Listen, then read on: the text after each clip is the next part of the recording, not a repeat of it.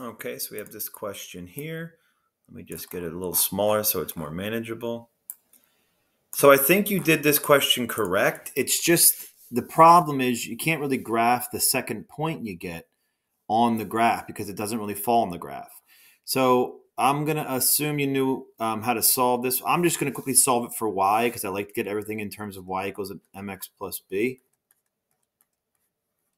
So I'm going to start by distributing the 1/6 to both sides, or to everything in that parentheses. So I get y minus 2 equals 1/6 x plus 1/6 times 3, which is going to give me 1/2.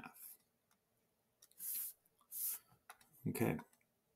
I want to get the y by itself because that's how I need the y by itself to set up slope-intercept form. So I'm going to add 2. So I have y equals 1/6 x plus 2.5, 5/2, or you could just say 2.5. It's up to you. So you had your y-intercept correct. It was that point right there.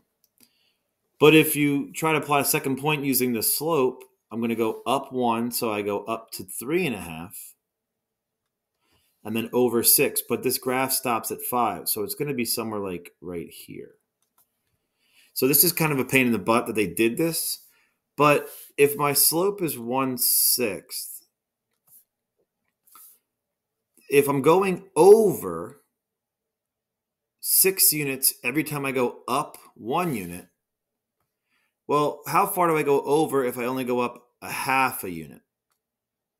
If I'm going over 6 when I go up a whole unit, if I'm going up half a unit, I should be going up or going over half of this. So I'm going to have a point at 2.5, or sorry, 0, 2.5. And now instead of going up 1 over 6, I can go up a half over 3. And you'll see that they still fall on the same line. Okay. So I know that's kind of a weird way to do it. If you'd like, you could just plug in points. You could say, all right, all I need is 2 points. So I'll just do x and y. Let x be 0. That's always the easiest. I get 2.5. You could plug in 1, you'll get something messy. Plug in 2, you'll get something messy. If you plug in 3, you'll get exactly 3 out. So all you need is 2 points to connect. Okay? But your line should look like this.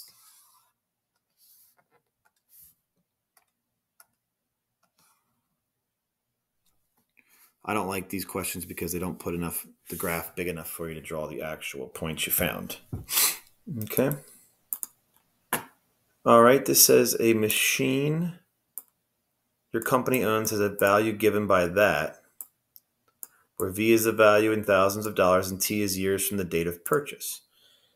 To graph the equation, use the graph to estimate the value of the machine in thousands of dollars after 4.5 years. Well, there's not even a place to put the graph. So we're not even gonna use the graph. Let's just use the function. So it says after 4.5 years, T is years after purchase. So we'll let just T be 4.5. So we have V equals negative 0.51 times 4.5. I think your answer is right. It's feeling right as of right now. I'll multiply those and then add 6.3. Let's see here. Negative 0.51 times 4.5. Oh, plus 6.3. I think I know what the mistake was. I think you just missed the negative sign, this negative sign. Because if you do positive 5.51 times this plus 6.3, you get your answer. So that negative is all you're missing. So the answer is going to be 4.005. Or I think you can just get away with just putting 4. Okay. And the last one says sketch this graph. Again, you can graph this using just selecting points, but I like to get it in terms of y equals mx plus b.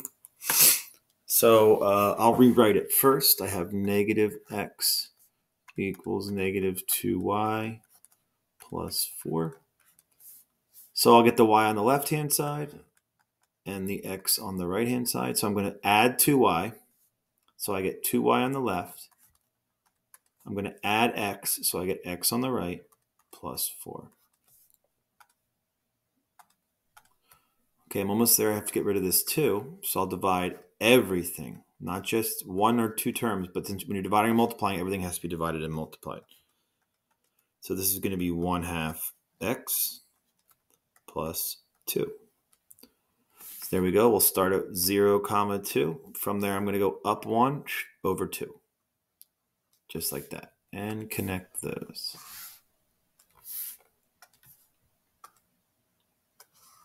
And that's going to be your answer.